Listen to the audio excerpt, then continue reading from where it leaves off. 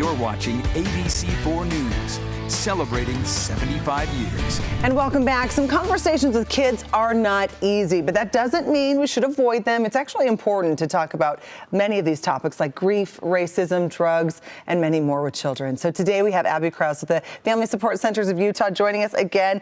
Thank you for joining us, especially on a topic like this. We appreciate it, Abby. Yes, happy to always be here. So tell us exactly what are some of those difficult topics of conversation? Yeah, I think that there can be just a plethora of different conversations. Like you said, is racism, violence, we see that that's happening, especially among kids right now. Grief, I think emotions, I think a lot of those can be difficult, and conversations that are unfortunately just things that our kids are getting exposed to a lot of the time and probably really curious about.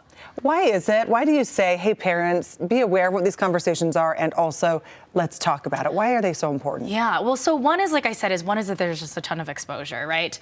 Kids are more privy to a lot of information nowadays, maybe than they were before.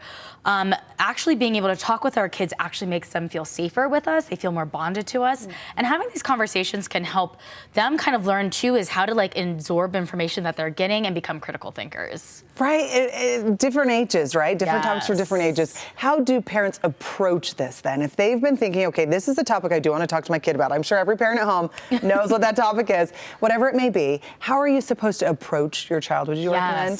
So one thing, like you said, is I think being aware of the developmental age, right? 2 to 8, pretty young, being able to to try to limit exposure, try to come into it with a lot of reassurance and a lot of just kind of addressing emotions and not so many of the details.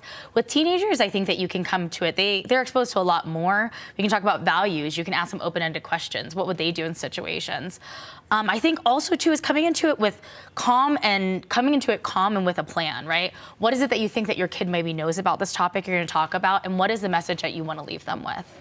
Is there a specific age criteria for certain topics that's like nailed down, this is when you should talk about this and this, or what are they recommending? No, I don't think, I think again, obviously before 2, kids are a little bit too young, but we're seeing in research 2 to 8, we can still begin to approach things and begin to discuss things, because no matter what, not approaching and avoiding or something that might make a kid feel upset, without talking about that, they might feel a little bit unsafe. Just talking to them just gives them reassurance and gives them that comfort of my parent or my caregiver is there and they want to address something that I might be feeling uncomfortable with. Right, and just validating some of those feelings. Tell me then, for our last question here today, Abby, really appreciate again your expertise on this.